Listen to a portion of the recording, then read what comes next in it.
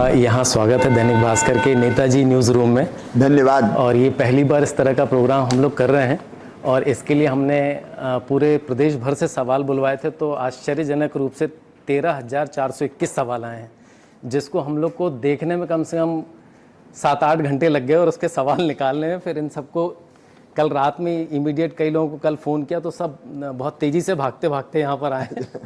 तो कई जगह से प्रतिनिधित्व आ गया है, सवाल भी बहुत अच्छे हैं। तो हम इसकी शुरुआत करेंगे, अगर आप इजाज़त दें तो। बिल्कुल शुरू करें। तो गोपाल से सर सवाल शुरू करते हैं। पूछिए गोपाल जी। सर।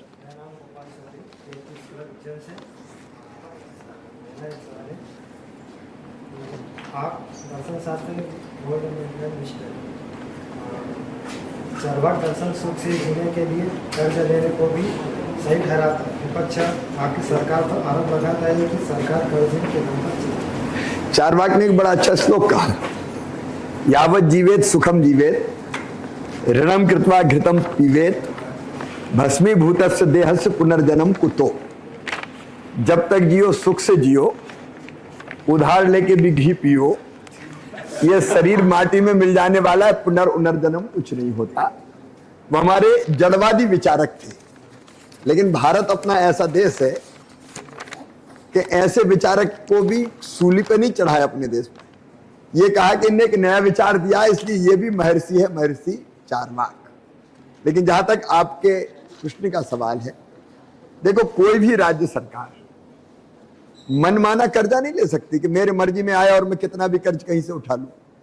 भारत सरकार ने राज्यों के कर्ज लेने के लिए मापदंड कुछ तय किए हैं।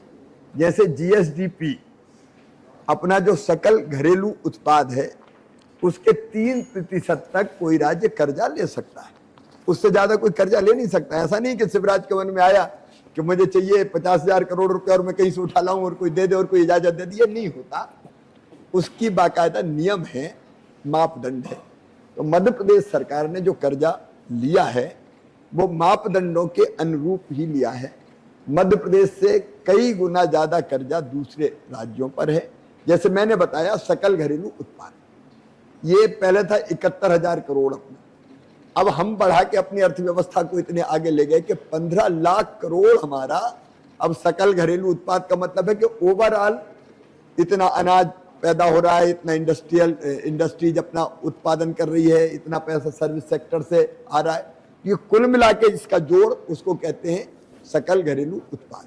अब हमारा 15 लाख करोड़ हो गया, और हो इसलिए गया कि हमने तेजी से काम किया, सिंचाई की व्यवस्था की, फसलों का उत्पादन बढ़ा, इंडस्ट्री आई, तो तेजी से हमारा सकल घरेलू उत्पाद बढ़ा। तो उसके अनुपात में हमको अपनी साख मान के इनकी चुकाने की क्षमता कितनी है, पैसा मिलता है।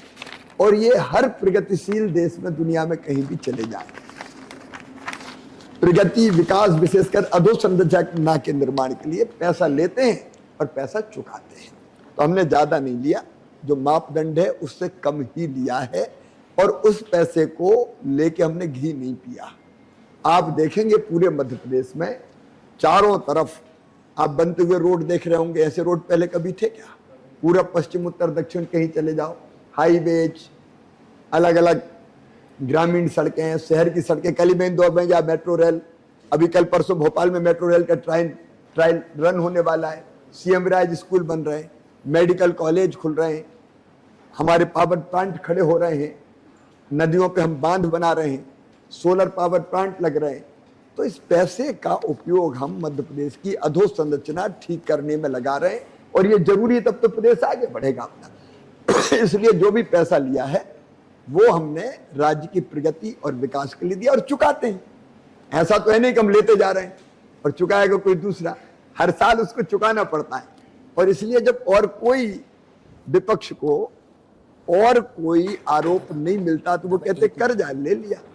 अब ले लिया था तो दम है तो ले लिया। जब आपकी सरकारें कांग्रेस की हुआ करती थी तो कर्जा अर्थव्यवस्था में उतनी दम ही नहीं थी। आपको मैं एक आंकड़ा बताता हूं, 2003-04 तक अनाज का उत्पादन, फसलों का उत्पादन था 100 लाख मीट्रिक टन। अब बढ़ के हो गया है वो 619 लाख मीट्रिक टन, क्योंकि अपन ने सिंचाई करी। अगर आप देखेंगे तो सिंचाई थी 7.5 लाख हेक्टेयर में 2003-04 तक, और ये भी आजादी के बाद की नहीं थी, आजादी के पहले की भी, राजा नवाब कांग्रेस अंग्रेज सब ने मिला के, और अकेले हम इस सिंचाई की क्षमता को बढ़ा के ले गए 47 लाख हेक्टेयर तक। और अब जिन सिंचाई की योजनाओं पर काम चल रहा है उससे हम पहुंचा देंगे 65 लाख हेक्टेयर तक। जैसे ही सिंचाई हुई फसलों का उत्पादन 3 गुना 4 गुना हो गए, एक फसल के बजाय आप 3-3 फसलें ले रहे हो। तो तेजी से अपनी अर्थव्यवस्था बढ़ रही है। तो हम लोग उस पैसे को जहां जरूरत पड़ती लेते भी हैं, अधोसंरचना विकास के काम में लगाते हैं, और उसी से फिर अर्थव्यवस्था और बढ़ती जाती है। अनुज, वह अनुज।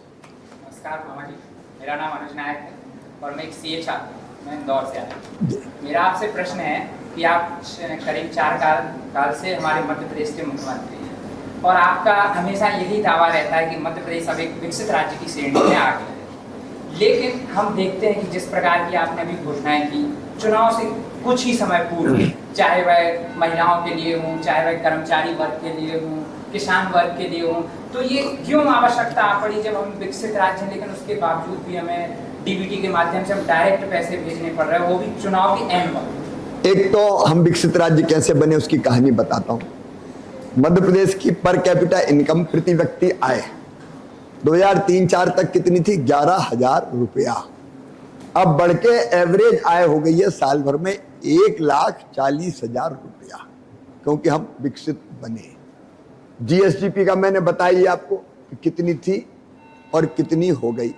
देश की अर्थव्यवस्था में हमारा योगदान पहले हुआ करता था केवल 3.4%, अब हो गया है 4.8%। अब आप देखो, विकसित राज्य का मतलब पहले टूटी फूटी सड़कें गड्ढों वाली थी 60,000 किलोमीटर, अब हो गई है 5 लाख किलोमीटर शानदार सड़कें। सिंचाई का मैंने आपको बताया। बिजली का उत्पादन था पहले लगभग, उत्पादन था 2900 मेगावाट, उपलब्धता थी 5000 मेगावाट, अब बढ़ के हो गई 29,000 मेगावाट।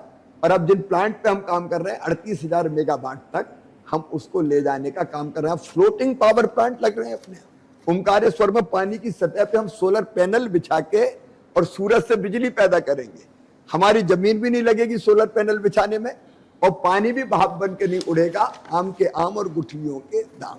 आप किसी भी पैरामीटर पे देखें, पहले मेडिकल कॉलेज थे केवल 5, आज हमने कर दिए 24 पे काम चल रहा, 30 हम करने वाले हैं। आप स्कूल देख लें, ग्लोबल स्किल पार्क का मैं उद्घाटन करने वाला हूँ।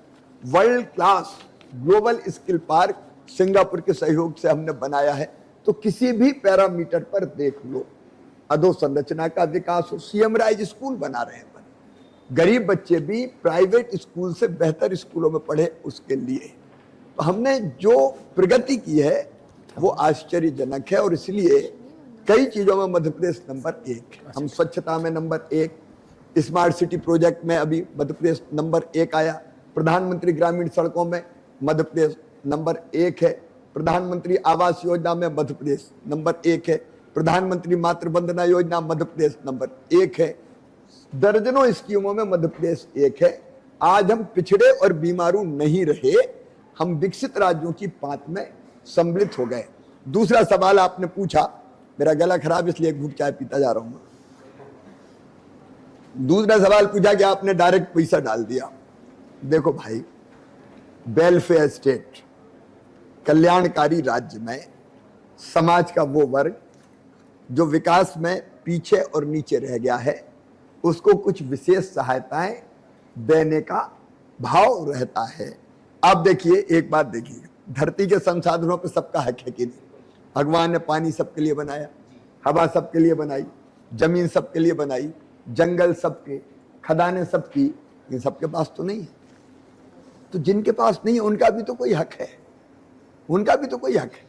और इसलिए हम राज्य के संसाधनों में जो गरीब हैं उनको उनका हक देते हैं।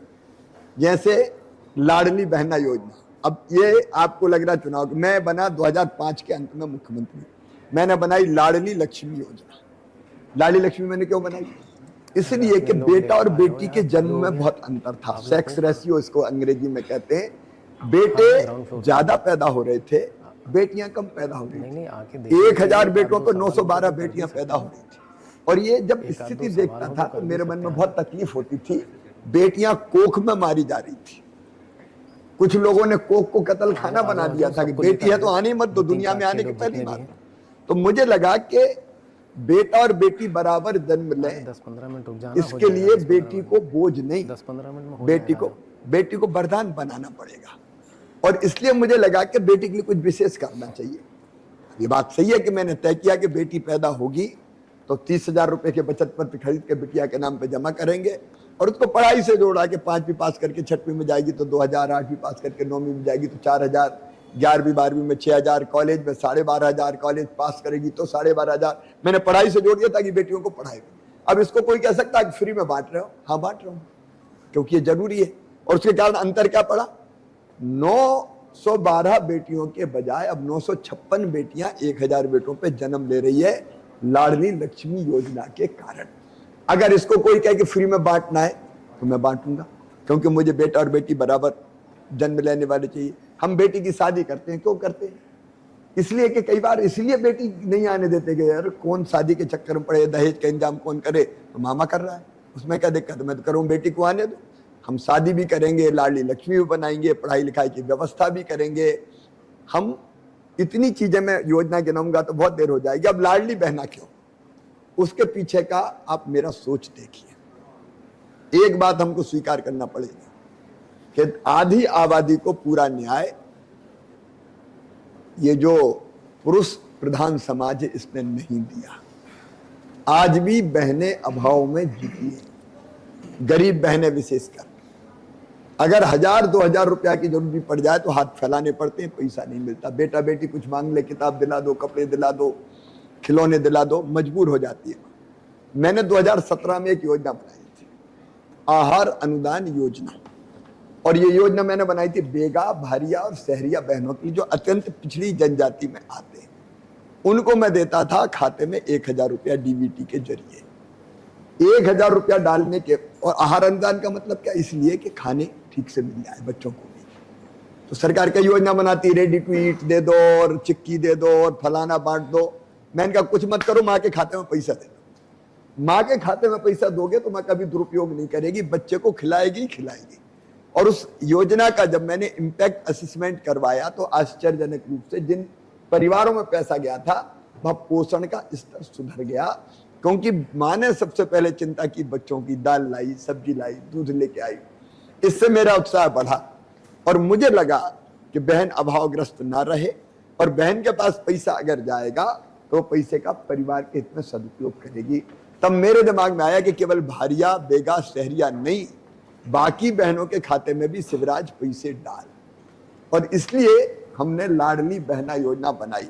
अब मैं इसका आप कभी अध्ययन करो, पूछो लाडली बहनों से उनकी स्थिति क्या सुधरी। मुझे जो जवाब मिले वो आश्चर्यजनक है। उनने कहा कि घर में हमारी इज्जत बढ़ गई है। बहनों के जवाब है, घर में हमारी इज्जत बढ़ गई, अब सास प्रेम से बोलती है और रोटी में घी चुपड़ के देती है कि बहू के पैसा तो आ रहे। पतिदेव के स्वर भी बदल गए, जो कभी सम्मान नहीं करते थे वो आदर से बोलने लगे। तो देखो ऐसी चीजें फ्री नहीं है, ये उनके मान सम्मान और आवश्यकताएं पूरी करने के लिए जरूरी है। अब उधर से दिनेश आप ले लो एक सवाल। मेरा क्वेश्चन है ओबीसी आरक्षण को लेकर के। ओबीसी आरक्षण पर इतनी विसंगतियां क्यों हैं? आज हर छात्र नौकरी के लिए कोर्ट के दरवाजे खटखटा रहे हैं। आपकी सरकार की नीति स्पष्ट क्यों नहीं? कुछ समय पहले राहुल गांधी जी मध्य प्रदेश आए थे, उन्होंने कहा था कि केंद्र सरकार में फैसले अधिकारी लेते हैं और 45 लाख करोड़ के कुल बजट में से केवल 5% बजट पर ही ओबीसी अधिकारी निर्णय लेते हैं। ये राहुल जी का विकृत सोच है। फैसला करती सरकारें, अधिकारी नहीं करते। अगर लाडली बहना योजना बनाई तो कोई किसी अधिकारी ने बना दी क्या? शिवराज सिंह चौहान की इच्छा शक्ति थी, मैं मुख्यमंत्री था, मैंने बनाई। लाडली लक्ष्मी मैंने बनाई। इसका ही सीखो और कमाओ योजना मैंने बनाई। ये योजना बनाते हैं सरकार, चुनी हुई सरकार। अधिकारी केवल पालन करते हैं आदेश का। अधिकारी केवल ये कह सकते हैं जैसे लाडली बहना बनाई तो सर बहुत खर्चा लगेगा, इतने पैसे लग जाएंगे, तो हम क्या लग जाएंगे तो हम लगाएंगे। तो हम फैसला करते हैं एक तो ये। दूसरी बात, कांग्रेस ने ओबीसी आरक्षण को केवल वोट का आधार बनाया। मैं पूछना चाहता हूं, इतने वर्षों से तुम्हारी सरकार थी, अब तक ओबीसी आरक्षण क्यों नहीं दिया? लोकसभा चुनाव के पहले पिछली बार बिना कोई तैयारी किए ओबीसी आरक्षण की घोषणा कर दी गई और उसके बाद जब लोगों ने ओबीसी आरक्षण के खिलाफ हाई कोर्ट में मामला याचिका दायर की तो कांग्रेस के उस समय के एडवोकेट जनरल से लेके कोई अधिवक्ता खड़े ही नहीं थे और वो वहीं रुक गया, स्टे हो गया, किसी को लाभ मिला नहीं। तो ये उनको वोट बैंक को साधने की केवल राजनीति थी, सही अर्थों में ओबीसी का हित इसके पीछे नहीं था। हालत इतनी खराब हुई कि जो चुनाव में, स्थानीय निकायों के चुनाव में ओबीसी आरक्षण था उस पर भी रोक लगा दी गई थी कोर्ट ने, माननीय सर्वोच्च न्यायालय ने। तब हमने एक आयोग का गठन करके और पूरा अध्ययन करके कि संख्या किसकी कितनी है, तथ्यात्मक आंकड़े रखे और तब हम आरक्षण, ओबीसी आरक्षण के साथ चुनाव हम करवा पाए। तो उनके तो दांत है हाथी के दांत जैसे, खाने के और है, दिखाने के और है। भारतीय जनता पार्टी की सरकार समाज के हर वर्ग के कल्याण पर विश्वास रखती है और इसलिए हमने ओबीसी आरक्षण भी दिया, जहां कोर्ट का स्टे नहीं आया वहां 27% ही दिया। हमने सामान्य वर्ग के गरीब बेटा बेटियों को भी 10% आरक्षण देने का काम किया, अनुसूचित जाति और जनजाति को। जी, अभी 3 सूचियों में 4 विधायकों के टिकट कट रहे हैं, आगे भी क्या मंत्रियों के टिकट कट सकते हैं? बेटा फैसला करती चुनाव समिति और कई आधारों पर फैसला करती है। राजनीतिक दल जब काम करता है, फैसले लेता है तो कई तरह की चीजें देखता है, समाज के सब वर्गों का प्रतिनिधित्व है कि नहीं, इंडिविजुअल अगर कोई व्यक्ति पहले से है तो उसकी लोकप्रियता है कि नहीं, उससे लोग प्रसन्न हैं नहीं हैं, कई या उससे कोई और बेटर दिख गया हो। कई बार ऐसा लगता है कि यार कोई नया फ्रेश चेहरा आ जाएगा तो ज्यादा ठीक रहेगा। तो कई तरह के ये फैसले चुनाव समिति सब चीजों पर विचार करके करती है और जब वो फैसले करती है तो कुछ को मिलता है, कुछ को नहीं भी मिलता। कई ये पहले से भी होता है, आगे भी होता रहेगा। नमस्कार मोहम्मद, मेरा नाम आकाश बरुआ है, गोकुल ड्रीम फाउंडेशन संचालित। हाँ, आकाश। मेरा सवाल ये है कि आपने पिछले लास्ट क्वेश्चन में आपने बेटियों के बारे में काफ़ी सारी बातें बोली। आपके 2 बेटे हैं और आप बेटियों की काफ़ी सारी योजनाएं मतलब अलग अलग निकालते हैं, तो कभी घर में बेटी की कमी महसूस होती है? मेरे केवल 2 बेटे नहीं है, मेरी करोड़ों करोड़ बेटियां हैं। आपने देखा होगा ये मध्य प्रदेश में ही होता है कि मैं कोई भी कार्यक्रम का प्रारंभ अगर करता हूं तो पहले बेटियों की पूजा करता हूं। मेरे लिए बेटियां देवियां हैं, ये मैं हृदय से कह रहा हूं, अंतर आत्मा से कह रहा हूं। और इसलिए योजनाएं भी बनाई और पूजन ढोंग नहीं है कोई। मैं समाज का दृष्टिकोण बदलना चाहता हूं बेटियों के प्रति। और भारत में तो, भारतीय संस्कृति में तो यत्र नार्यस्तु पूज्यन्ते रमन्ते तत्र देवता जैसी बातें पहले से ही कही गई है। माँ, बहन और बेटी का सम्मान अगर नहीं है तो देवता भी वास नहीं करेंगे, हमारे यहाँ कहा गया है। मैं केवल बेटियों के नहीं, बहनों के भी पैर धोता हूं, क्योंकि बहनों के प्रति भी दृष्टिकोण बदलना चाहिए। समाज का एक समय, देखिए प्राचीन भारत में अगर आप देखें तो माँ, बहन और बेटी का बहुत सम्मान था। अब भारतीय संस्कृति को भी देखें तो हमारे यहाँ नाम लेने की परंपरा देखो, सीताराम, राधे श्याम, गौरी शंकर, लक्ष्मी नारायण। आप इसका अर्थ समझिए कि पहले हमारे यहाँ नारी शक्ति को आदर दिया गया। तो ये भारत का भाव है। तो बेटियों के प्रति बाद में कालांतर में समाज का दृष्टिकोण थोड़ा अलग हो गया, बेटियां बोझ मानी जाने लगी। तो मुझे लगा कि समाज का दृष्टिकोण बदले। मैं अंतरात्मा से बेटियों को स्नेह करता हूं, उनके साथ जो अन्याय या बहनों के साथ जो अन्याय हुआ उसको बदलने की मैंने कोशिश की। और आप एक नहीं कई उदाहरण, जैसे स्थानीय निकायों के चुनाव में आरक्षण 50% बेटियों को, बहनों को सबसे पहले मैंने दिया, मध्य प्रदेश ने दिया, बाकी फिर बाकी राज्यों को हुआ। दूसरा, अगर आप देखोगे पुलिस में सबसे पहले भर्ती 30% मैंने शुरू की मध्य प्रदेश की धरती पर। नहीं, पुलिस में बहुत कम बेटियां हुआ करती थी। और जब मैंने ये फैसला लिया तो बड़ा विरोध हुआ इसका, पुलिस के अंदर से, अरे सर इतनी लड़कियां आ जाएंगी तो पुलिस फोर्स कैसे चलेगी, संभाल नहीं पाएंगी। लेकिन मैं देख रहा हूँ बहुत अच्छा संभाल रही। 50% बेटियों को रिजर्वेशन दिया हमने शिक्षक जैसी भर्तियों में। बेटी और बेटा बराबर आए, स्त्री और पुरुष की समानता, उसके लिए हमने एक और मैं कहूंगा टैक्टफुली काम भी किया। जैसे हमने तय किया आमतौर पर संपत्ति किसके नाम खरीदते हैं, आप खरीदने जाओगे तो साहब के नाम भी खरीदोगे, श्रीमती जी के नाम तो कोई नहीं खरीदता ज्यादातर। हमने तय किया कि अगर महिला के नाम पे कोई संपत्ति खरीदेगा तो जो रजिस्ट्री शुल्क, स्टाम्प शुल्क होता है वो केवल 1% लगेगा, पुरुष के नाम पे 3%। उसका परिणाम यह हुआ कि कई लोगों ने रजिस्ट्री के पैसे बचाने के लिए अपनी श्रीमती जी के नाम जमीन खरीदी, तेरा मकान तेरी जमीन, पैसा बच रहा है। तो ये बराबरी पे लाने के प्रयास करते रहे। तो मैं ये मानता हूँ सब बेटियां मेरी बेटियां हैं, और 1,32,00,000 तो मेरी अधिकृत बहनें हैं, अभी लाडली बहन 1,32,00,000, तो वो मुझे हर बेटी अपनी बेटी लगती है। सर आपको सारा प्रणाम, मैं सत्यम गर्ग इंदौर से हूँ। और जैसे कि अभी हमने देखा अभी चुनाव के जब बैठो ना बेटा बैठ, क्योंकि जैसे हमने देखा कि चुनाव भी आने वाले हैं और अभी पार्टी का जो स्टैंड है परिवारवाद के ऊपर वो काफी एक कंफ्यूज जैसा लगता है कि जैसे हमने देखा कि भाई ने टिकट काट दिया या बेटे का टिकट जो है पिता ने काट दिया, तो पार्टी का जो परिवारवाद के ऊपर जो एक विषय है या एक जो दृष्टिकोण है वो कभी कभी कंफ्यूज करता। तो असल में भारतीय जनता पार्टी परिवारवाद को किस प्रकार से, हमको परिवारवाद को ठीक से परिभाषित करना चाहिए। बेटा भारत में जो राजनीति कुछ परिवारों ने की, मैं केवल आलोचना की दृष्टि से नहीं कर रहा हूँ, गंभीरता से कर रहा हूँ। पंडित जवाहरलाल नेहरू जी मैं आदर करता हूँ उनका बहुत, फिर स्वर्गीय इंदिरा जी, फिर राजीव जी, फिर राहुल जी, प्रियंका जी,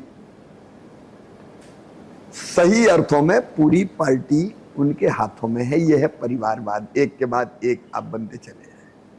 आप ऐसे कई परिवार देखेंगे, जैसे लालू जी का परिवार, मुलायम जी का परिवार, उद्धव जी का परिवार, उनके बाद आदित्य जी तक।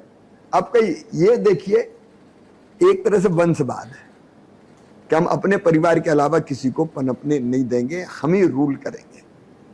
कोई योग्य है तो अलग बात है, और इसलिए ये परिवारवाद है।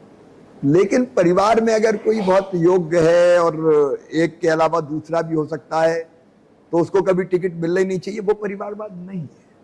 आमतौर पर भारतीय जनता पार्टी ये कोशिश करती है कि परिवार की परंपरा को पोषित ना किया जाए, दूसरे कार्यकर्ता भी उनको मौका मिलना चाहिए। लेकिन परिवार से भी कोई बहुत योग्य है तो केवल इस कारण आप नहीं काट सकते कि वो इनका भाई है या बेटा है। तो परिवारवाद, वंशवाद वो एक बेल की तरह होता है कि और किसी को पनपने मत दो। लेकिन एक परिवार से कई बार अगर लगता है कि दूसरा भी योग्य है तो उनको मिल गया, लगा इस बार इनको मिला दो, अगली बार अगर जरूरत पड़ी तो दूसरे को दे दिया, ये इसको परिवारवाद नहीं कहेंगे। अच्छा, इसमें एक सवाल छोटा सा, वो शायद छूट गया, मैं जोड़ देता हूँ। आप जब नहीं रहते तो आपकी विधानसभा में बेटे बहुत एक्टिव रहते हैं, तो उनके आने का सही समय कब होगा कार्तिकेय का? देखो वो उन पर निर्भर करता है।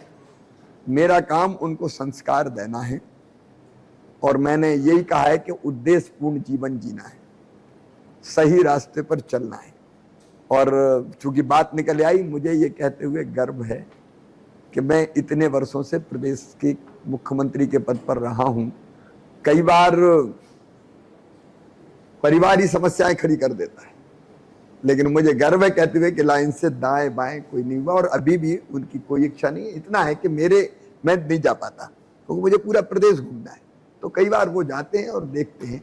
उनको राजनीति में आना होगा तो वो खुद फैसला करेंगे, अभी उनका ऐसा कोई इरादा नहीं है। नमस्ते सर, मेरा नाम सूरज गंगवाल है, देवाशी। सर मेरा क्वेश्चन है कि जो हमारी करेंट गवर्नमेंट है, मध्य प्रदेश गवर्नमेंट, तो जो युवाओं के लिए यूथ एम्प्लॉयमेंट जो है उसके लिए हमारे सरकार की लॉन्ग टर्म पॉलिसी क्या है? और इसके साथ में एक और क्वेश्चन है कि जो हमारी प्रतियोगिता परीक्षाएं हैं उनमें जो पारदर्शिता को लेकर हमारी सरकार क्या करेगी? दो चीजें बेटा, एक रोजगार बड़ा सवाल है, बेरोजगारी एक बड़ी समस्या है। बढ़ती हुई जनसंख्या के साथ साथ रोजगार के अवसर बढ़ने चाहिए। अब उसके लिए हम जो कर रहे हैं, जैसे मैंने कहा पिछले 15 अगस्त को कि सरकारी नौकरियों में 1 लाख भर्तियां करेंगे और हमने तेजी से भर्तियां शुरू की। 1-2 भर्ती परीक्षाएं ऐसी थी जिनकी शिकायत हुई तो हमने कहा जांच करेंगे। अगर कहीं किसी को संदेह है तो वो संदेह भी नहीं रहना चाहिए, इसलिए हमने एक रिटायर्ड जो हमारे न्यायाधीश हैं हाई कोर्ट के, उनसे कहा कि भाई जांच करो। लेकिन हम अब तक 68,000 के आसपास भर्ती कर चुके हैं शासकीय, उनमें कहीं कोई सवाल नहीं उठा। तो एक शासकीय नौकरियों के माध्यम से रोजगार, लेकिन हम सब जानते हैं कि शासकीय नौकरियां सबको नहीं दी जा सकती। तो वैकल्पिक अवसर रोजगार के कौन से? तो एक अवसर है सेल्फ एम्प्लॉयमेंट, स्वरोजगार की योजना है। मैंने बनाई मुख्यमंत्री उद्यम क्रांति योजना, जिसमें तय किया कि हमारा कोई भी बेटा बेटी अगर अपना कोई काम धंधा शुरू करना चाहता है, छोटी इंडस्ट्री डालना चाहता है, तो 1 लाख से लेकर 50 लाख रुपए तक का लोन उनको बैंक देगा। बैंक को लोन वापस करने की गारंटी सरकार देगी, क्योंकि गारंटी का असर है बच्चे, तो वो हम लेते हैं गारंटी, और इंटरेस्ट सब्सिडी भी देते हैं कि पूरा ब्याज नहीं भरोगे, ब्याज का एक हिस्सा हम भरेंगे, ताकि वो 7 साल तक, ताकि तुम्हारी एक बार उद्योग या इंडस्ट्री चल जाए। ऐसी प्रधानमंत्री रोजगार सृजन कार्यक्रम, ऐसे ही मुद्रा योजना, अनेकों योजनाएं हैं। मैं आपको ये बताते हुए मुझे आनंद है कि हर महीना एक दिन हम रोजगार दिवस करते हैं, और उस दिन लगभग 3 लाख बच्चों को स्वरोजगार के लिए लोन दिलवाए जाते हैं। मैं खुद बैंकों की बैठक करता हूँ, अलग अलग जगह बच्चे जुड़ते हैं, तो कोई 5 लाख लेगा, कोई 1 लाख लेगा, कोई 25 लाख ले रहा है, कोई अलग ले रहा है। ऐसे ही हमने स्टार्टअप पॉलिसी बनाई, IT पॉलिसी बनाई, उसके माध्यम से निवेश आ रहा है। अलग अलग अपनी सारी निवेश लाने की पॉलिसी अलग अलग, हर एक सेक्टर की हमारी दर्जनों पॉलिसीज हैं, उनके तहत मध्य प्रदेश में निवेश आ रहा है। मध्य प्रदेश की इंडस्ट्रियल ग्रोथ है इस समय 24%, 24%। जब ये इंडस्ट्री आ रही है, इनमें भी बच्चों को रोजगार मिल रहा है, एक तरीका ये हुआ। तीसरा, जो इंफ्रा बन रहा है इतना, जो मैंने आपको बताया, हाईवेज, बांध, बाकी चीजें, उसमें रोजगार मिल रहा है। लेकिन इसके अलावा हमने एक और योजना बनाई, मुख्यमंत्री सीखो और कमाओ योजना। देखिए, लोगों को चाहिए काम जानने वाले बच्चे, इसको कहते हैं स्किल्ड मैन पावर आपको चाहिए। अगर काम आपको आता तो कहीं भी रोजगार मिल जाएगा। बड़ी विचित्र स्थिति है देश में, एक तरफ जिस तरह के स्किल्ड मैन पावर चाहिए वो नहीं मिलती, और दूसरी तरफ बच्चे बेरोजगार हैं। तो हमने कहा कि बच्चे काम सीखें, काम अगर सीख जाएंगे तो अपने आप उनको रोजगार मिल जाएगा। तो सीखो कमाओ योजना में हमने एक तरफ बच्चों का रजिस्ट्रेशन किया, दूसरी तरफ कंपनीज उनका रजिस्ट्रेशन किया कि आपको किस तरह के आप, हम कहते हैं लखपति दीदी, हमने PM साहब आए थे तब उनको मिलवाया था लखपति दीदियों से। हमने अलग अलग कामों की उनको ट्रेनिंग दी, फिर उनको लोन दिलवाया। अब यह अलग बात है कि ब्याज का एक हिस्सा हम भरते हैं ताकि ब्याज भारी ना पड़ जाए। तो उन्हें एक नई सृष्टि रच दी, इतनी चीजें बनाती है, रेडीमेड कपड़े से लेके यूनिफॉर्म बनाने से लेके, सावन हो, बड़ी हो, पापड़ हो, अचार हो, खिलौने हो, अलग अलग चीजें बना रही। और उनका टर्नओवर आपको पता है कितना है? 23,000 करोड़ रुपया मध्य प्रदेश में महिला सेल्फ हेल्प ग्रुप का टर्नओवर है। 23,000 करोड़ रुपया। उनने अर्थव्यवस्था बदल के रख दी। अभी मैं शायद 3 तारीख को महिला सेल्फ हेल्प ग्रुप का एक सम्मेलन कर रहा हूं, उनको सुनो तो आप, चमत्कार कर रही है। और मेरा लक्ष्य है हर बहन मेरी कम से कम 10,000 रुपया महीना कमाए, 10,000 रुपया, और मैं करके रहूंगा। ये जो गरीब बहनें 53 लाख, तो हम ऐसी कई योजनाएं चला रहे हैं जो परमानेंट रोजगार देती है। लेकिन जैसे मैंने बताया कि कुछ चीजों को आप फ्री भी नहीं कह सकते, क्योंकि वो तात्कालिक आवश्यकताएं इतनी जबरदस्त होती है कि आपको जब तक वो एक स्तर पर ना आ जाए तब तक उस तरह की सुविधा देनी पड़ती है। मामा जी, मेरा नाम है जानकी पटेल, मैं जबलपुर ज़िले से आई हूँ और पटवारी परीक्षा मेरा चयन हुआ है। मैं ये जानना चाहती हूँ कि जो जांच प्रक्रिया चल रही है, जैसा कि आपने उन्हें बताया, वो कब तक पूर्ण हो जाएगी और हमें कब तक नियुक्ति मिलेगी? क्योंकि हम आए दिन परेशानियों का सामना करते हैं। मैंने बहुत मेहनत करके इसमें स्थान हासिल किया है मैं चाहती हूँ कि जल्द से जल्द आप हमें नियुक्ति दे दें। मैं बेटी तुमसे मैं आपसे अनुरोध करती हूँ कि जल्द से जल्द हमारी मैं पूरी तरह सहमत हूँ। देखिए, किसी चीज पे अगर संदेह की उंगली उठी है तो उसकी जांच हो जानी चाहिए। हमने कोई सूची रद्द नहीं की है। एक सेवानिवृत्त हाई कोर्ट के न्यायाधीश महोदय इसकी जांच कर रहे हैं। जैसे ही जांच पूरी हो जाती है और उसमें कोई कमी नहीं निकलती तो निश्चित तौर पर भर्ती होगी। कहीं कोई गड़बड़ निकलती है, कोई अगर वो बताते हैं तो बात अलग है, लेकिन बेटी कहीं संदेह के बादल है तो वो संदेह साफ होना चाहिए, सत्य का सूरज प्रकट होना चाहिए ताकि कहीं कोई संदेह ना रहे। वो ये है कि सर जो पटवारी भर्ती परीक्षा है, ये जो आगामी अभी आचार संहिता लगने वाली है, तो इस पे उसका कोई इफेक्ट नहीं, कोई असर नहीं पड़ेगा। चुनाव कितने दिन के, नवंबर में चुनाव खत्म हो जाएंगे। भाई चुनाव अभी शुरू होंगे आपके आचार संहिता के बाद, नवंबर एंड में अपने यहाँ वोट डलते हैं, उसके बाद आचार संहिता खत्म, तो फिर सामान्य चीजें जारी रहेंगी। ममा जी नमस्कार, मेरा नाम सुख गुप्ता है। मैं एक चार्टर्ड अकाउंटेंट कोर्स का छात्र हूँ। मेरा आपसे सवाल यह है कि शराब की जो बिक्री बिहार और गुजरात में प्रतिबंधित है, फिर इसे मध्य प्रदेश में लागू करने में क्या दिक्कत है, तथा क्या आबकारी से आने वाला रेवेन्यू, क्या उसका विकल्प नहीं देखा जा सकता है? एक बात हम सब लोगों को विचार करनी चाहिए, क्या कोई चीज केवल रोकने से रुक सकती है? ये एक बड़ा प्रश्न चिन्ह है। मैं किसी राज्य का नाम नहीं लूंगा, लेकिन अवैध शराब पी के जाने भी जाती है। देखिए, ये प्रवृत्ति ऐसी है कि जो केवल बंद करने से बंद नहीं हो सकती तब तक जब तक आप समाज को जागृत ना कर लें। हमारे यहाँ एक बड़ी जनसंख्या ऐसी है कि ट्रेडिशन में ही आता है कि जब तक उसका उपयोग ना हो तब तक कुछ ट्रेडिशन ही पूरे नहीं होते। तो हमको अवेयरनेस क्रिएट करनी चाहिए, हमको माहौल ऐसा बनाना चाहिए कि नशा नाश की जड़ है, कोई नशा ना करे। और मैं अपने भाषणों में अक्सर ये कहता हूं कि भाई मत करो, नशा मुक्ति अभियान चलाओ, लोगों को अवेयर करो। एक तो मुख्य रूप से हमको इस तरह का प्रयत्न करना पड़ेगा। दूसरे, आप वातावरण ऐसा बनाएं, जैसे मेरे पास शिकायत आई कि शराब की दुकान से शराब खरीदी और अहाते में बैठ के पी ली, और पीने के बाद निकले तो डोलते डालते गए, होश नहीं रहा तो फिर कूट पटांग हरकत की। हमने फैसला कर लिया कि अहाते बंद करो बिल्कुल, जिसको पीना वो घर लेके जाए और घर अपनी पत्नी के सामने पिए, बच्चों के सामने पिए।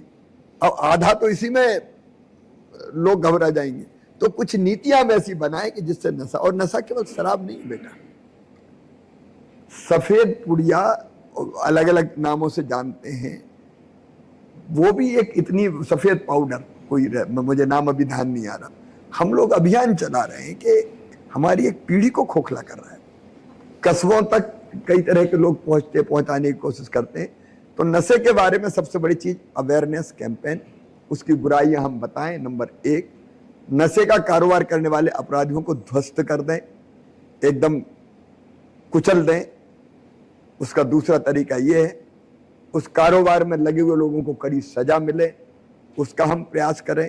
तो कुल मिला के ये सारे सामूहिक प्रयास करने पड़ेंगे।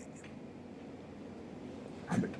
मामा जी, हम देखते हैं कि जब भी चुनाव आते हैं तो विपक्ष और राजनीतिक पार्टियां कुछ ना कुछ मुद्दे कहीं ना कहीं से निकाल लाती हैं। तो इस बार हम जैसे देख सकते हैं कि 2 मुद्दे जो विपक्ष को बहुत ज़्यादा लगते हैं, कि एक तो जातिगत जनगणना, जिसको हम देख सकते हैं कि राहुल जी और बिहार या कई राज्यों में, और दूसरी OPS, ओल्ड पेंशन स्कीम, जो कि आपने NPS लाई थी। और एज मैं भी एक चार्टर्ड अकाउंटेंट स्टूडेंट हूँ, तो मैं समझता हूँ कि वो कितनी अच्छी है, लेकिन फिर भी हम देख रहे हैं कि कई राज्य उसको लागू कर रहे हैं और वादे कर रहे हैं कि हम फिर से OPS लाएंगे। और तो इस पे आपके क्या विचार हैं, और भाजपा पार्टी इस पर अपना क्या? ये बहुत सस्ता और आसान काम लगता है वोट प्राप्त करने के लिए। जो OPS की बात करते हैं उनको पता है कि आज हमारा क्या जाता है, आज तो हमें कुछ देना ही नहीं, ये तो 33-34 के बाद देनी पड़ेगी। तो किसी भी अवसरवादी नेता के लिए ये बहुत आसान काम है कि मेरे पिता का क्या जाता है, क्या दो, नहीं पेंशन स्कीम लागू। ये 2004 में लागू हुई बेटा, 2004 में। और 2004 में जब लागू हुई कोई ने विरोध नहीं किया उसको। और जब पी चिदम्बरम इनकी सरकार थी तब इसका विचार बहुत प्रबलता के साथ आया। अब केवल पॉलिटिकल गेन के लिए आप उठा दो कि हम तो खत्म कर देंगे, हम तो खत्म कर देंगे, तो ये सस्ती अवसरवादिता है। मैं इस बात का समर्थक हूं कि कर्मचारियों को भी आफ्टर रिटायरमेंट कुछ ऐसा रिफंड मिलना चाहिए जिससे उनका जीवन ठीक चले, और इसलिए एनपीएस में सुधार की जरूरत है तो हम लोग सुधार करें। कुछ और चीज जोड़ने की जरूरत है, जैसे मैंने अभी किया, कई आंगनबाड़ी के कार्यकर्ता रिटायरमेंट के बाद कुछ नहीं मिलता था, हमका ग्रेचुइटी देंगे, हम एक मुश्त पैसा देंगे रिटायरमेंट के बाद, आप इतना ले लो। ऐसे अलग अलग वर्गों के लिए कई तरह की, जो अभी किसी ने कहा ना कि आपने घोषणा कर दी, उनकी जस्टिफाइड मांग लगी, तो हम कर्मचारियों के भी हित में हैं और रिटायरमेंट के बाद उनका जीवन ठीक चलना चाहिए, इसकी व्यवस्था बननी चाहिए। लेकिन ये जो ओपीएस का मुद्दा उठाया, ये केवल अपना क्या जाता, आज कह दो यार वोट पक्के हो जाएंगे, ये इस मानसिकता से लोगों ने किया है। मेरे सवाल मैं विश्लेषण विदिशा से, चुनाव के समय में हर एक वर्ग को राहत मिली, डीजल पेट्रोल के बारे में भी कुछ प्लान है, उसका सबसे बड़ी प्रभाव जो पड़ रहा है, भोपाल प्रदेश की राजधानी है, अन्य शहरों से लोग रोजगार की तलाश में आते हैं, केंद्र में भी भाजपा की सरकार है, तो जो एमएसटी होल्डर्स होते हैं उनको आने जाने में बड़ी असुविधा हो रही है और वो महंगाई के इस दौर में परेशान हो रहे हैं। तो मेरा आग्रह भी है कि एमएसटी होल्डर्स के लिए ट्रेन में 2 कोच पहले रिजर्व होते थे, जो भी बंद हो गए हैं। नहीं, मैं ये आपका सुझाव है, मैं पूरी गंभीरता के साथ इसको पहुंचाऊंगा ताकि आवागमन की सुविधा। लेकिन मैं एक बात और करूं कि जो मेट्रो वाला हम काम शुरू कर रहे हैं, अभी इंदौर को हमने तय किया कि उज्जैन और पीथमपुर से जोड़ेंगे, वैसे ही भोपाल को भी भविष्य में हम सीहोर, मंडीदीप और बाद में विदिशा तक से जोड़ने, मतलब ट्रेन की सस्ती सुविधा, केवल मैं मेट्रो नहीं कह रहा, ऐसी ट्रेन जो आसानी से हमको, देखो परिवहन के वैकल्पिक रास्ते ढूंढने पड़ेंगे। सार्वजनिक परिवहन देखो हर एक कार मेंटेन करेगा तो पर्यावरण भी बहुत प्रभावित होगा, कितनी कारें आखिर संभालेगी हमारी सड़कें, एक बात, और पर्यावरण को भी तो बचाना है हमको, कार्बन गैसों का कितना उत्सर्जन होगा, और इसलिए वैकल्पिक तरीकों पर जाना पड़ेगा। वो है सार्वजनिक परिवहन के, मेट्रो के माध्यम से, मेमो के माध्यम से, सार्वजनिक बसों के माध्यम से, तो हम उस दिशा में धीरे धीरे बढ़ेंगे। उम्मीद करूं आपके गृह जिले को जल्दी मेट्रो मिलेगी सर। मेट्रो या मेट्रो का स्वरूप जरूर। नमस्कार बाबू, मेरा नाम अति उत्तम गौर है, मैं नर्मदा। आपका नाम क्या है? अति उत्तम गौर। अरे अति उत्तम होशंगाबाद नर्मदापुरम से हूँ। हाँ बेटा। आप बीजेपी में सर्वाधिक समय से रहने वाले मुख्यमंत्री हैं और आगे लगातार 5 मुख्यमंत्री की श्रेणियों में शामिल हैं। अगर इस बार और आपका कार्यकाल रहा तो जो ज्योति बसु हैं पश्चिम बंगाल के मुख्यमंत्री, आप उनकी श्रेणी में आ जाएंगे, तो इस बार भी प्रदेश की जनता आपको मुख्यमंत्री देखना चाहती है? बेटा मेरी जिंदगी एक मिशन है, एक मिशन के रूप में मैं जीने की कोशिश कर रहा हूँ। आदमी इस दुनिया में आता है तो काय के लिए आता है? मैं जानता हूँ कि मनुष्य की एक उम्र की सीमा तय है। मैं 64 साल का हो गया और कितना जीऊंगा? 10 साल, 15 साल, 20 साल। तो हम क्या बेहतर अपनी जिंदगी में कर सकते हैं, ये सोच के मैंने सार्वजनिक जीवन अपनाया और मुझे लगा कि अगर मुझे कुछ करना है तो देश के लिए काम करने वाली पार्टी अगर कोई है तो वो मेरे विचार में भारतीय जनता पार्टी सर्वश्रेष्ठ। हमारे नेता नरेंद्र मोदी जी, मैं ये मानता हूं कि देश के लिए उपयोगी है। हम किसी व्यक्ति से वैसे ही प्यार नहीं करते, हम इसलिए आदर करते हैं कि वो देश को आगे बढ़ाने का काम कर रहे हैं। ये हमने रास्ता तय कर लिया, एक पार्टी तय कर ली, लेकिन जब एक पार्टी में आप शामिल हो गए तो आप इंडिविजुअल नहीं रह जाते। फिर आपका अधिकार ये नहीं है कि मैं क्या रहूंगा, फिर आप एक बड़े मिशन के साथ जुड़ गए तो वो मिशन या पार्टी तय करती है कि आपकी अगली भूमिका क्या होगी। हर एक तय कर ले कि मैं तो यही बनूंगा, तो कोई पार्टी चल सकती है कि आप बताइए? कोई परिवार भी नहीं चल सकता। तो काम बांटा जाता है ना कि तुम ये करो, तुम ये करो, तुम ये करो। तो हमारी पार्टी भी काम बांटती है, तो मुझे जो काम देती है मैं करता रहता हूँ, आगे भी जो काम देगी मैं करता रहूंगा। सवाल है, आप और आपकी पार्टी पूरी तरह चुनावी मोड में आ गए हैं और किसी भी 4 अक्टूबर के बाद किसी भी वक्त आचार संहिता लग सकती है। आपको इस चुनाव में कितनी सीटों की उम्मीद है पार्टी? ये सवाल अगर नेताओं से पूछोगे तो जवाब एक ही आता है। लेकिन देखो, आप देखते होंगे, आप तो खुद मीडिया में आप देखते होंगे कि मैं तो दिन रात जनता के बीच में रहता हूं। कल भी मैं इंदौर में आधी रात तक मैंने कार्यक्रम किए और 2 बजे रात को भोपाल लौटा था। आज भी मैं सब कार्यक्रम करते हुए आपके बीच में आया हूं। मैं जनता की आंखों से ये पहचानता हूं, क्योंकि मैं सार्वजनिक जीवन में हूं। मैं स्कूल का प्रेसिडेंट बन गया था 1974-75 में, मॉडल स्कूल टीटी नगर का। तब से मैं अब तक कितने बरस हो गए आप कल्पना कर सकते हैं। मैं जनता के चेहरे से, आंखों से रिस्पांस समझ जाता हूं कि ये वोट देंगे कि नहीं देंगे। आज मैं ईमानदारी से बता रहा हूं, जो विकास और जन कल्याण के काम है, जन कल्याण में हमारी योजनाएं, प्रधानमंत्री जी की योजनाएं भी शामिल है और मध्य प्रदेश की भी योजनाएं, जैसे लाडली बहन। आप पूछ के देखोगे, उनके दिल में ये बात है कि देखो, पहली बार हमारे लिए किसी ने सोचा है, तो वोट देने के पहले उनको भैया याद आता है, उनको लगता है कि कोई हमारे लिए कुछ कर रहा है। तो इस वातावरण में मैं पूरे विश्वास के साथ कह रहा हूं कि बहुत अच्छे बहुमत से, शानदार बहुमत से भारतीय जनता पार्टी सरकार बनाएगी। नंबर में जोशी नहीं हूं। नंबर बताना तो मुझे लगता है कि डींग हाँकने कई बार हो जाता है कि हम तो इतने के पार चले जाएंगे। हम कंफर्टेबल मेजॉरिटी, बहुत अच्छे बहुमत से सरकार बनाएंगे।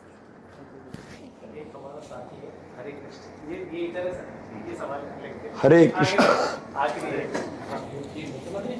इस बार के जो टिकट वितरण हुए हैं उसमें 2 केंद्रीय मंत्री और 7 सांसदों के नाम हैं।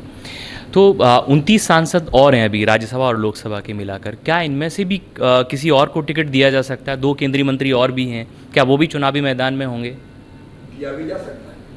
तो इसे जो ऐसा है कि भाजपा जो है नए नेता तैयार नहीं कर पाई, इसलिए पुराने नहीं, नए नेता देखिए, आप देखिए, कई बार चुनाव के पीछे एक सुनियोजित सोच और रणनीति होती है। आप नए नेता तैयार करने की बात कर रहे हैं, जो विधायक लड़ रहे हैं उनकी जगह सांसद लड़ेंगे, नए नेता बनेंगे, उसमें क्या दिक्कत है? सांसद तो पहले से बड़े नया नेता तो भाव भर जाएगा संसद में। कई बार ये हमारी रणनीति का एक हिस्सा होता है कि पार्टी को किस ढंग से कौन सी चीजें करनी है, और इसलिए कई बार ऐसे फैसले होते हैं कि अब आप अभी तक सांसद थे, अब आप विधायक के लड़ो। कई बार ये होता है कि अब विधायक थे, तुम संसद में जाओ। तो ये तो अदला बदली चलती रहती है। नहीं, अब मैंने कहा कि अधिकार है चुनाव समिति का, तो चुनाव समिति अब लड़ाएगी नहीं लड़ाएगी, क्योंकि हमारे यहाँ एक व्यक्ति फैसला नहीं करता। ऐसा नहीं होता कि शिवराज सिंह चौहान को करना है, तुम लड़ लो, तुम मत लड़ो। हम लोग बैठते हैं, बैठ के विचार विमर्श करते हैं, और उसमें से फिर 2 नाम, 3 नाम, 4 नाम, उनमें से कौन बेहतर होगा, इन परिस्थितियों को सोच के तय करते हैं। तो उनमें से कोई हो भी सकता है और हो सकता है कि अब आगे ना हो। मामा जी, आपका थोड़ा सा मैं और चाहूँगी। मैं ये कहना चाहती हूँ कि हम लोगों ने 27 सितंबर को माँ सलकनपुर के यहाँ चुनरी यात्रा की थी और उनसे मन्नत मांगी थी कि हमारी नियुक्ति जल्द से जल्द हो और आप ही हमारे अगले सीएम बने। तो आपसे सिर्फ ये अनुरोध करना चाहती हूँ कि प्लीज़ इस बारे में थोड़ा सा सोचिएगा और हमारी नियुक्ति जल्द से जल्द करवाने का बेटी, न्यायोचित फैसला होगा, न्याय मिलेगा, अन्याय नहीं होगा, आप पर पूरा भरोसा ये मैं कह सकता हूँ। आप भरोसा रखिए जी, आप पर। और मन्नत अगर सही मन से मानी जाती है तो मानते हैं भगवान। मैं महाकाल महाराज के दरबार में गया था, पानी गिरा दो, सूखा पड़ रहा है, बड़े परेशान है, तो दूसरे दिन पानी गिरना शुरू हो गया। मामा जी, वो मन्नत पूरी सफल हुई, क्योंकि हम 3 महीने से आपसे मिलने का प्रयास कर रहे हैं हम सब, लेकिन नहीं मिल पा रहे। लेकिन 3 दिन बाद ही आपसे मुलाकात संभव हुई, और मेरी जैसी लड़की की जिसे घर से नहीं निकलने मिली। मेरे लिए तो बेटी, आपकी भांजी हूँ, इसलिए सच्चे मन से मांगी थी, तो आपसे मुलाकात संभव हो पाई। आप पर पूरा भरोसा है कि आप जल्द से जल्द। बेटे, अन्याय नहीं होगा, ये मैं बात। धन्यवाद मामा जी।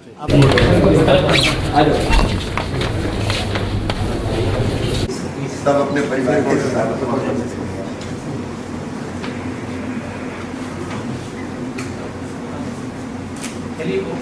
मुख्यमंत्री शिवराज सिंह चौहान से सभी लोगों ने बहुत बेबाकी से सवाल किए हैं और ये आने वाले 1-2 दिन में आपको दिखाई भी देंगे। सारे सवाल कंक्लूड हो चुके हैं और एक सवाल का बहुत ही अच्छा जवाब इनको मिला है और ये सामने बहुत जल्द आएगा। और सभी शिवराज सिंह चौहान जी का धन्यवाद और सारे सवाल पूछने वाले जो प्रतिभागी इधर उधर से आए हुए थे उन सब का भी बहुत बहुत स्वागत है। Thank you very much.